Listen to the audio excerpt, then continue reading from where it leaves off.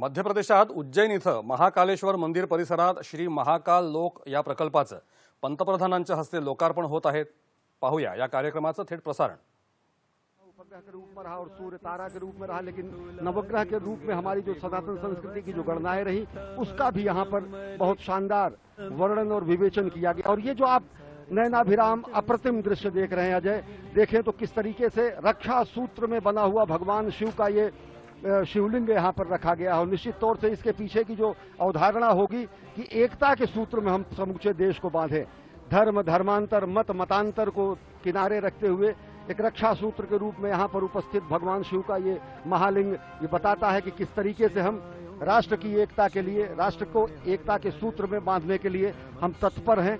क्योंकि ये पूरा का पूरा जिस शिवलिंग का लोकार्पण करते समय प्रधानमंत्री नरेंद्र मोदी ने विश्वार्पण लोकार्पण किया, वो रक्षा सूत्र से बना हुआ है।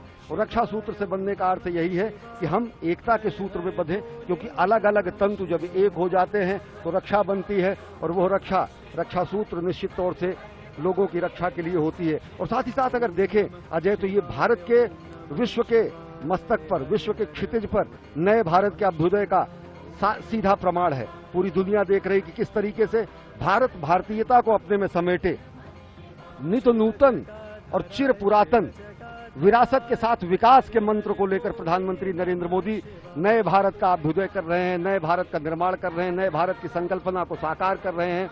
और इस समय प्रधानमंत्री नरेंद्र मोदी इस 900 मीटर से ज्यादा लंबे महाकाल कॉरिडोर जिसे कहा जाता है, और जिसे कहा जाता है महाकाल का लोक, महाकाल के लोक का महालोकार्पण करने के बाद अब प्रधानमंत्री नरेंद्र मोदी जा रहे हैं इस पूरे विस्तीर्ण क्षेत्र का भ्रमण करने के लिए। और सबसे बड़ी बात अजय, जैसा आपने बताया था कि यहाँ की दरो दीवार पर शिवपुराण से संबंधित एक एक कथाओं का विधिवत चित्रण किया गया है। चाहे वो गंगा अवतरण का दृश्य हो, चाहे वो असुरों के वध का दृश्य हो, चाहे वो भगवान के अलग अलग अवतारों की रूप हो, चाहे वो संदीपनी और भगवान अस्थि का दान करने वाले दधीच के पुत्र को मोक्ष प्रदान करने का दृश्य हो। और जैसा कि अभी हम एक बार फिर देख रहे हैं, ताड़कासुर के वध के बाद त्रिपुरारी जब कहा गया भगवान शंकर को, त्रिपुरारी यदि त्रिपुर असुरों के वध करने के बाद कहा गया, और उसका बेहद विहंगम नयनाभिराम दृश्य यहाँ पर स्थापित किया गया है।